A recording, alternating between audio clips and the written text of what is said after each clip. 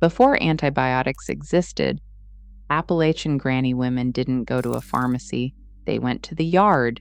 The weeds most people pull out and throw away, they were pulling them toward them. These 11 plants grew freely in every mountain hollow, and they were the difference between a wound that healed and one that didn't. You probably have at least 3 of them growing right now and don't even know it. Number 1, plantain, better known in mountain tradition as Whiteman's foot, grows right underfoot in yards and garden beds across Appalachia. Cherokee and settler families both recognize the broad, ribbed leaves as a ready-made medicine chest. Granny women pressed the fresh leaf straight onto cuts, bug bites, and festering wounds, relying on its drawing power to pull out infection and soothe irritation. Today, scientists point to compounds like aucubin and allantoin in plantain that help speed up wound healing and reduce inflammation, confirming what generations already knew. Of all the forgotten remedies, this is the one most people have been tossing aside without a second thought. In second place, golden seal, known across the mountains as yellow root, stands out as one of the most prized infection fighters in Appalachian folk medicine.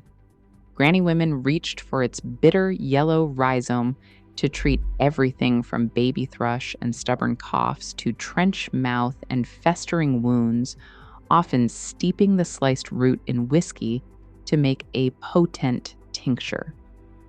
The tradition of harvesting golden seal by the waning moon reflects the deep ritual and care that surrounded this plant, which was as valuable for household medicine as it was for trade. Modern science now centers on berberine and hydrostein, 2 alkaloids found in the root that show strong antibacterial activity, including against drug-resistant bacteria like MRSA. Yet golden seal's popularity has come at a cost, with wild populations now considered vulnerable due to overharvesting, a reminder that even the most common weeds can be lost if not respected. Third on our list, yarrow carries the names Old Man's Pepper and Soldier's Woundwort, a reflection of its reputation for urgent wound care across Appalachia. In mountain cabins and on Civil War fields, crushed yarrow leaves were pressed directly onto bleeding cuts and gashes, prized for their ability to slow blood loss and help guard against infection. Granny women relied on yarrow's tannins to speed clotting, while the plant's flavonoids and sesquiterpene lactones offered antibacterial and anti-inflammatory action. Modern laboratory studies now confirm that yarrow extracts can disrupt biofilms and inhibit the growth of Staphylococcus aureus and E. coli, 2 of the most common causes of wound infections. Unlike gentler household herbs, yarrow's identity is tied to moments of crisis, when stopping bleeding and preventing sepsis could mean the difference between life and death.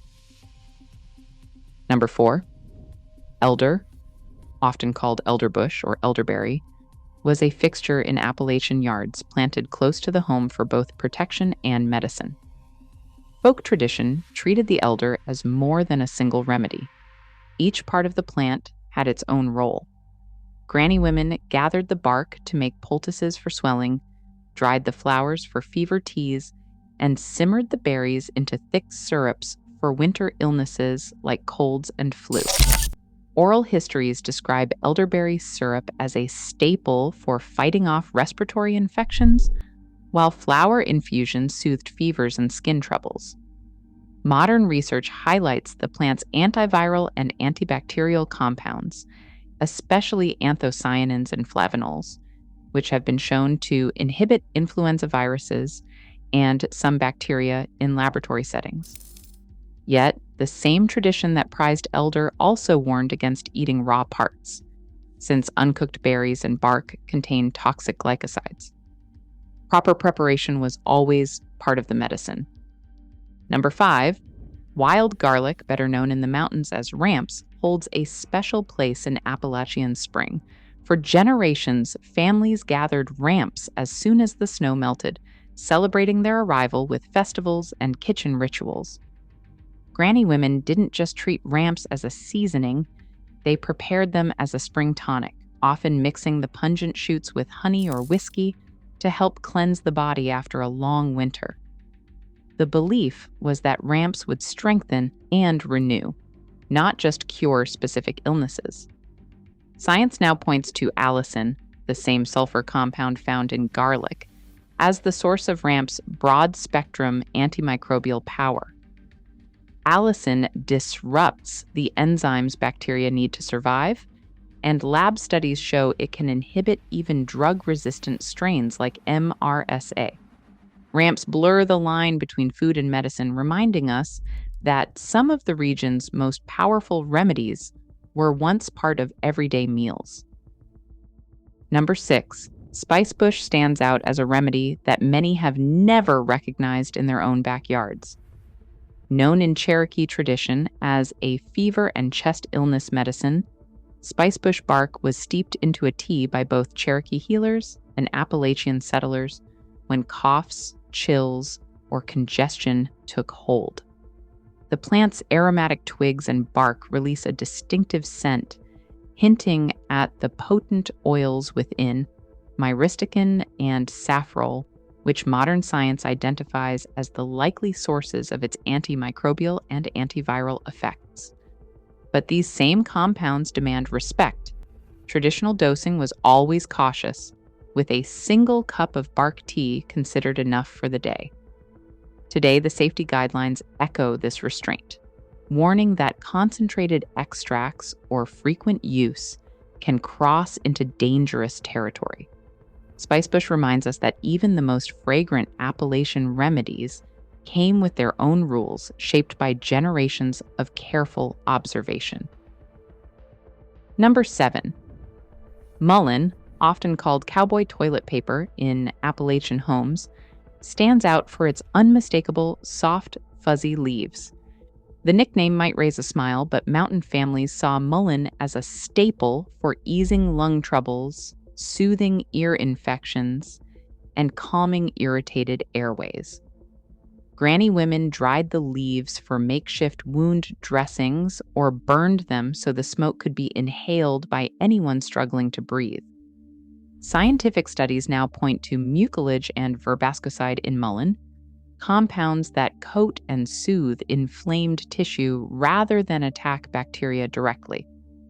In a region where harsh medicines weren't always available, mullein's gentle demulcent action made it a household ally for coughs and sore throats, a quiet workhorse of Appalachian folk medicine. 8th place goes to boneset, a plant known in the mountains as the go-to remedy for bone break fever. In Appalachian cabins, granny women brewed its bitter leaves and stems into strong teas, believing that the right dose could help sweat out the worst chills and aches of influenza or epidemic fever. The folk tradition even traces back to Cherokee names and practices, with boneset often called upon during times when illness swept entire communities. Modern science now points to a mix of flavonoids, apigenin, and luteolin among them that may help explain boneset's reported antiviral and immune-supporting effects. But boneset also carries a warning. The same plant contains pyrrolizidine alkaloids, compounds that can damage the liver if taken in high doses or for too long. For Appalachian families, boneset was both a lifeline and a lesson in careful dosing, a medicine to be respected as much as relied on. Number 9, wild bergamot, better known in mountain gardens as bee balm or Oswego tea, bridges old Appalachian practice with modern science in a way few other herbs do. Granny women and Cherokee healers alike brewed its fragrant leaves into a tea for sore throats, gum infections, and skin wounds, sometimes calling it Liberty Tea after the Boston Tea Party. The plant's sharp, minty aroma comes from thymol, a compound now recognized as a powerful antiseptic and still found in many mouthwashes and wound cleaners today.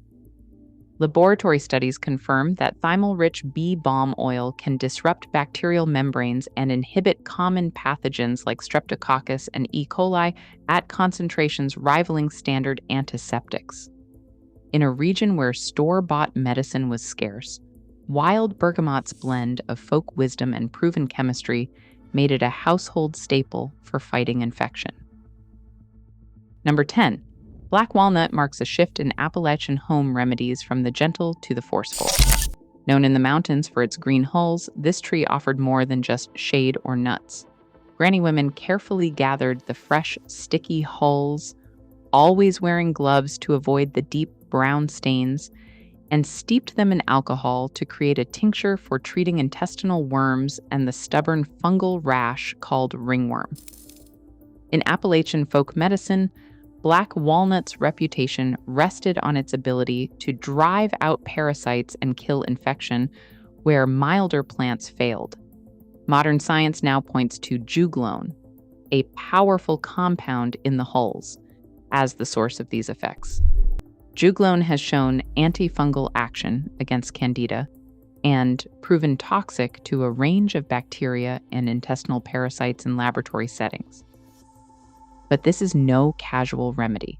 The same compound that fights infection can irritate skin and cause harm if misused, which is why the old mountain wisdom always treated black walnut with respect and caution.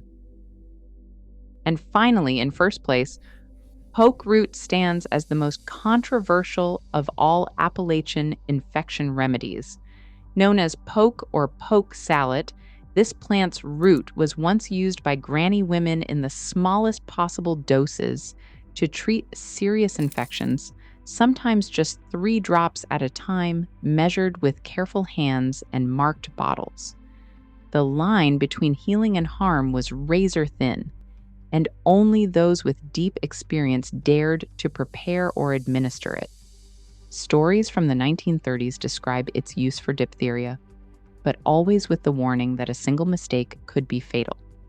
Modern research has isolated pokeweed antiviral protein, a compound now studied for its ability to halt viruses like HIV in laboratory settings. Yet the same plant contains triterpenoid saponins and alkaloids that make the raw root highly toxic, capable of causing severe illness or death if misused. Poke root remains a stark lesson from Appalachian tradition. Not every old cure is safe for imitation, and some weeds are best left in the ground.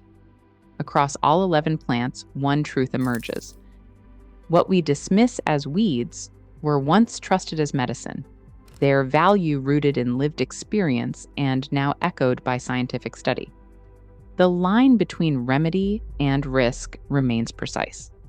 Sometimes the cure we overlook is right underfoot. Subscribe for more hidden histories.